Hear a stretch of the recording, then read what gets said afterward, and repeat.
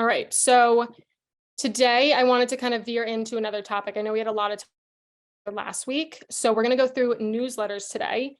And a lot of my coaching clients have been talking about newsletters with me. I just had a client out in San Francisco. I was discussing this with her yesterday. She said she felt kind of like bottlenecked in really what to send. She was like, I just feel like I'll create something. And this has been happening with her for like 3 months. And I was so happy she brought that up to me. So I'll share with you a newsletter that I've sent before that has been really successful as a newsletter can be. I also think that, like I always say, managing your expectations of actually what you want to get out of these newsletters. You don't need a response every single time saying, oh my God, Kate, so happy you reached out. Now I'm going to go buy a house with you. It's really supposed to just be for brand and just to continue to touch upon, have one more touch point essentially each month for these people. But with that, I also, when I used to send them, as opposed to this year, and I'll show you the layout, like I said, I really wanted to provide a lot of value for people. So it wasn't so much about Kate's telling you she's a realtor again. It's more so about here's interesting things that I thought would provide value to you. And keep it short, keep it sweet, put a little bit of Kate and Corinne in there so that, you know, it still feels very personal. But I do oftentimes get a lot of these newsletters from other agents. I don't know why I'm on their list. And it's like the same generic one that Compass gives. I think that's great. And I think if that's part of what you want to be, you know, doing every single month, it's great and it's good enough.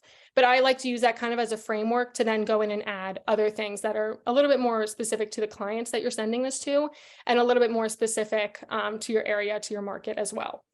So one more thing I'll say that I have done in the past, I've done this year, I have a few other clients doing it.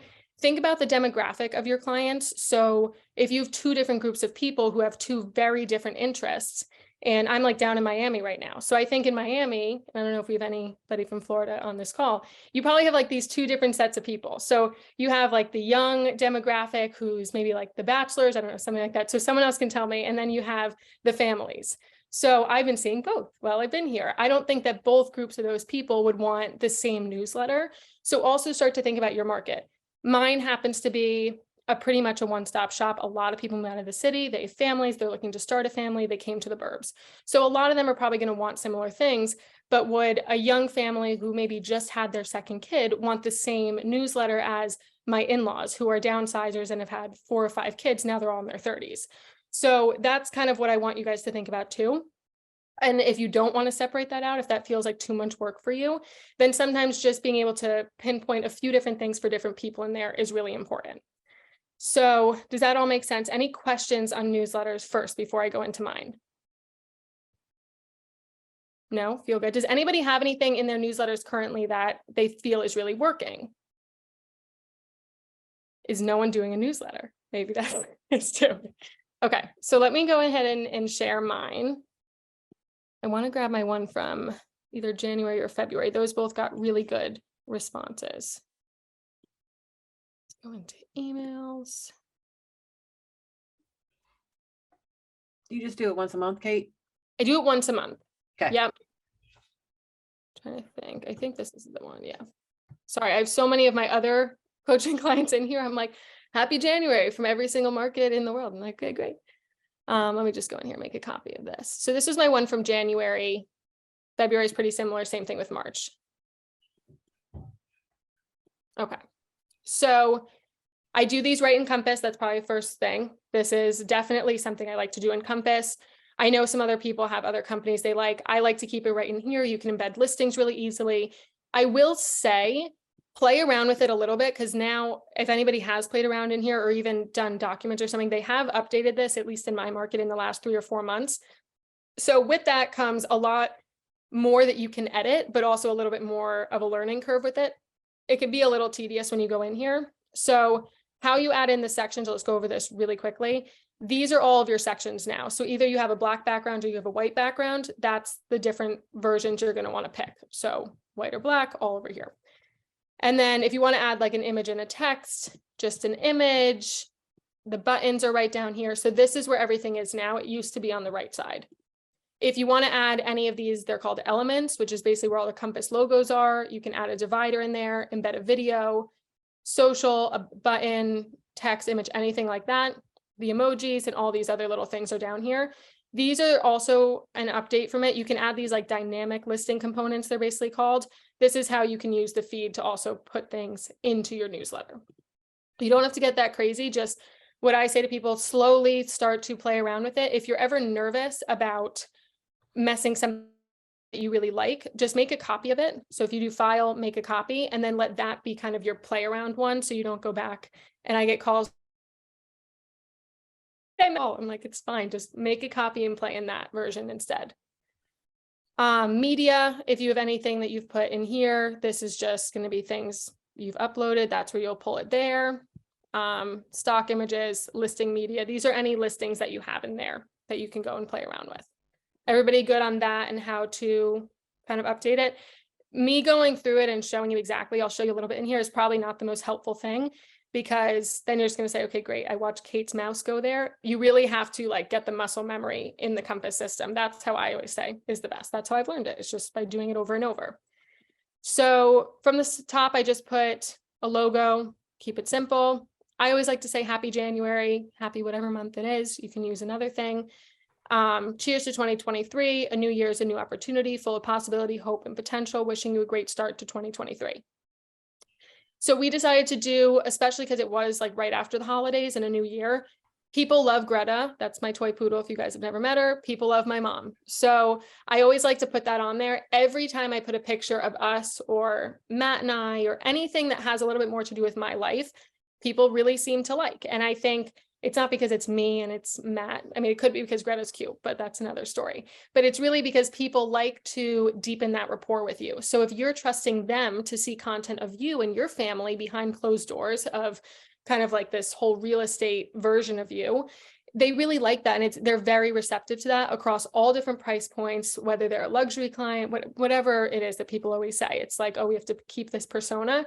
I've actually found that at least with my clients, people love when I'm very vulnerable with them. So I do recommend putting in some kind of section about that.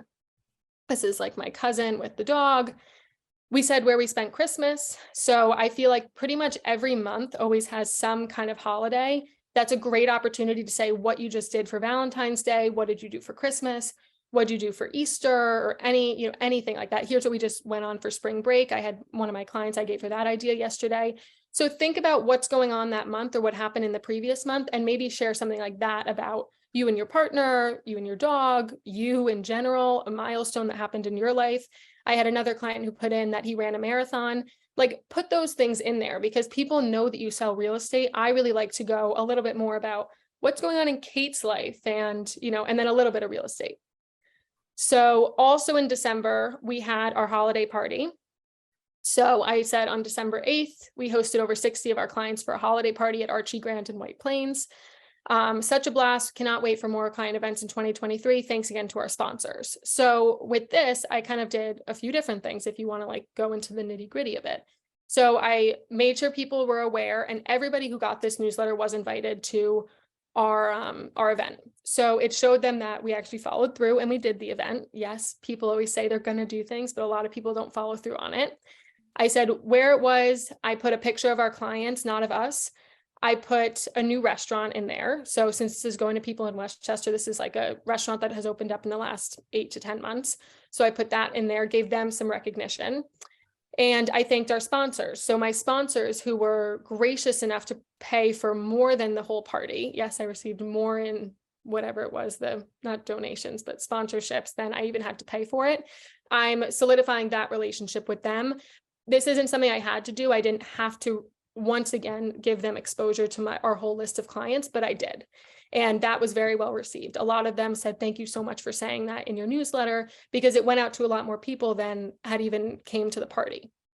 So I killed a bunch of different things with just doing this. And then in here, I linked the link to our client event photo gallery so that if people wanted to go in there and just take a look at it, they could.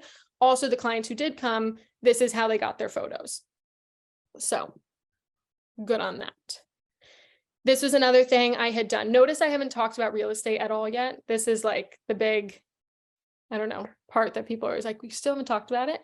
So I went to my sister's second grade class in December and I brought in like a whole bunch of gingerbread houses. It's the best time of my life. I have no idea how she does this all day, but good for her. I can't do it. And I was exhausted by the end of it. So I put that in there, made like a little joke that I think is funny at the end, because all of them thought I was 60 years old. So clearly it was aging me, this whole business. And I said, you know, like, get the Botox, because people know that's how I am. They know that's my personality. It's something I would say if I was with the client in person. So it's little things like this that I don't think it's just me saying that. It's not just me putting in a picture of Greta, but it's all of those things where it gets people to want to keep reading, because I have something really fun embedded in each of these sections. So for me, if I went back to that original Compass template, not knocking it, I'm just saying honestly, and I think we could all agree, by the second paragraph about hearing what the Pantone color is of the year, I'm like, all right, thanks so much. Really appreciate this. Very specific. Got it. And then the next time one comes in, it's, you know, it's like The Boy Who Cried Wolf. You're like, oh, well, this time I know it's just going to be about the color. I don't need to hear about the color. Delete before they even opened it. I like to have that they want to keep opening it every single time. And I've had clients where, I'll get back to this part, but we always do like a favorite of our restaurant. This is all the way at the end of the newsletter. People had picked out, this is Katie Couric's, if you guys know Katie Couric, this is her brother-in-law who opened up this restaurant. I had emails, like 3 emails back to me about, oh my God, I didn't know he owned it, who were like in town and they were, you know, aware of the restaurant. So that shows me that people scrolled all the way down and actually read into the middle of the paragraph to then email me back about it. That's just something I'm trying to show you guys, that that is what happens when you're giving people things they actually want to read. So I'll go back up a little bit. This is where I go and do just like a little bit of happening in Westchester, where to go ice skating in and around Westchester County. I mean, these things are always going to change. Whatever's going on in that month or that season, put it in there. Harry Potter was doing that like Forbidden Forest thing that was in our area. And then I did like a Trivia Tuesdays. So again, I'm doing like a family fun activity. This could be for whoever. I'm probably, I don't know if I'm in that age demographic, but I really liked it. And then Tuesdays, and then I do a CNC favorite, La Casa. And then at the end, when we're not selling houses, you can find us drinking a spicy margarita here. So now by the end of it, these people think I just go and have Botox and drink margaritas all day. Great. I look like the best realtor, but at least it's honest, and that's who I am. So at the end, this is the only time we've talked about real estate, and I made sure it provided a lot of value to them. So Corinne gave her market update, gave like a paragraph right here. And then I gave my paragraph, which was a little bit longer. And then I did a little bit about like CNC team wins, town service across Westchester, happy clients, and then a little bit of a note at the end, and that's it. So really until the end, I didn't talk about why I'm emailing them. I didn't ask for anything. I didn't say referrals are the best compliment. I didn't say any of that. Because to me, if they resonate with me, and again, this is how our clients are. Like a lot of our clients, we're a very family-oriented team. We get along a lot with our clients. We like to socialize with our clients. Like if you don't have that kind of relationship, which not every market does, I think that's just something specific to my market. This is the way I would do it. If you feel, and you could have clients like this, if you feel like you have clients who are in finance and they're very data driven and they don't really care a lot about this, or maybe their partner cares a lot about this, but then they don't really, maybe that's when you start to separate out your list and you come up with 2 different ones. This is definitely like the softer approach to a newsletter. It's not exactly all the hard hitting facts. In the bottom, I definitely put some data points in here, but think about who this is going to, and then kind of start to create it out from there. If so-and-so were to receive this, would they understand why? That's the question you always have to ask yourself when you're putting something in here. And you guys will get a copy of this so you can kind of work off of it, see how I described what's going on in here. It's funny because like this is Westchester, but I wrote this at the beginning of January. Instead of there being 10 to 15 competitive offers, now there may be 3 to 5 competitive offers, which is okay because only one can be accepted. On the buyer side, there's more opportunities for negotiating, especially compared to earlier this spring. And now 2 months later in my April newsletter, that's going to be very different. So you're also being able to control the narrative with your clients by giving them a true market update. I don't really care about going and putting in some graph that has contradicting data points in there because it's taking the average of 5 different areas that have nothing to really do with each other. I mean, we all know our intermarket kind of data much better than anything anyone can go and look at online. So when my clients are asking me, what are the comps and what do you think about the market? I'm telling them exactly what I'm seeing because I just heard it this weekend or I just experienced it this weekend. Any kind of article is always going to be delayed. So that's why I think take this opportunity in the newsletter to really tell them, listen, this is exactly what I'm seeing. Here's a real scenario. And like, if you have a listing that just went crazy, maybe you want to tell them about that. That's a great way to control the narrative that it's a great time to sell. But it's been interesting because I think people are really reading these. And as they compare month to month, it's interesting, even in 60 days, how much the market has shifted for a lot of us. But it's nice that they were able to hear that from me the whole entire time. And then that's pretty much it. Any questions? I know I just talked a lot, but give me any questions you guys have.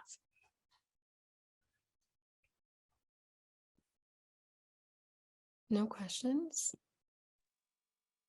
Does this make sense to a lot of you guys? Is this helpful? Okay.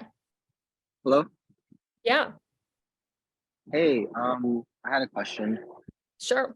My name is Jason. I was just gonna say that, first off, great presentation as far as content wise. I definitely agree with you as far as the sentiment of not having to talk about real estate, and putting in different things that are going on in the area, in the community, and different styles of things like that. And I wanted to just ask you how you feel about asking for reviews in newsletters. Yeah. I'm not opposed to it. I think that could be fine. It all depends on like how you word things. So I like to do, like, I'm that person where when I'm uncomfortable, I start hysterically laughing and I like to make some silly joke. So people would probably expect that from me because that's my voice. If you can do it in like a very kind of sly kind of way, I think it can be great. But if it doesn't really fit the vibe of the whole thing, like I think for me, if I, at the end of this newsletter specifically, let's take it as an example, if I was like, we'd love a review, I would probably say it more like, by the way, we're really hoping to build up our Google My Business page and we have a race to 30 reviews. If any of you who've already left us a review would like to copy and paste it over from Zillow, or if you'd like to just leave us another one on our Google My Business page, it would be so greatly appreciated. This way, I'm kind of telling them like there's a little bit of like I don't want to say like a game, but like we're trying to achieve something, a goal. We have a goal in mind and they can help us Yeah. achieve it by doing something like that. I think that's maybe how I would word it. Thank you. I appreciate that. Yeah. And if you give them like a deadline too, like I would say by the end of April, I'm hoping to get there. And maybe like everybody who does gets like a $10 gift card to Starbucks or something like that. Like if you want to give an incentive, that's maybe how I would do it. But also never leaving things like goals open-ended is something I've learned. I'm like, why didn't anybody do it? Why didn't anybody, whatever? It's like, this is why we have RSVP dates by, because us as humans can't ever set a deadline for ourselves. So say by April 30th, and then can't wait to announce, whatever everybody gets at the end of that. Yeah, you're right. Thank you. I appreciate that. Yeah, of course. Of course. But I think that's also a great question to open up something else is I think a lot of people who either do a newsletter like in a very generic way or don't send one at all are having this really big missed opportunity to tell your clients what's going on in your world or to use it as a platform to gain reviews or to gain referrals or anything like that. So use it as your voice and your platform to tell your clients exactly what's going on and helping you get somewhere else if you have a goal in mind. I've heard people who have also said like, I'm trying to sell X amount of houses this year. It wouldn't be me, like that's just not something that would come out of my mouth, but it could very well come out of somebody else's and sound very on brand for them in a good way. So whatever you feel is your voice is exactly how you would say it.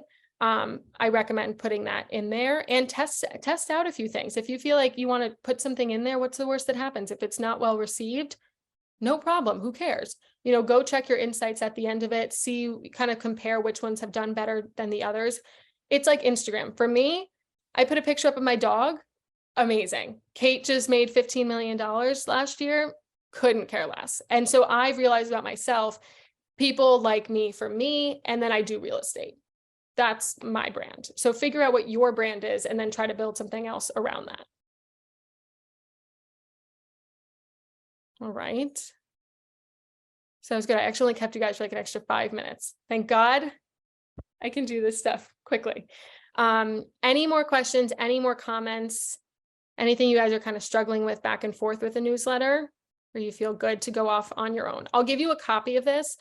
I know there is a way for me to make this a template, like a link that will prompt you guys to make a copy within the Compass platform.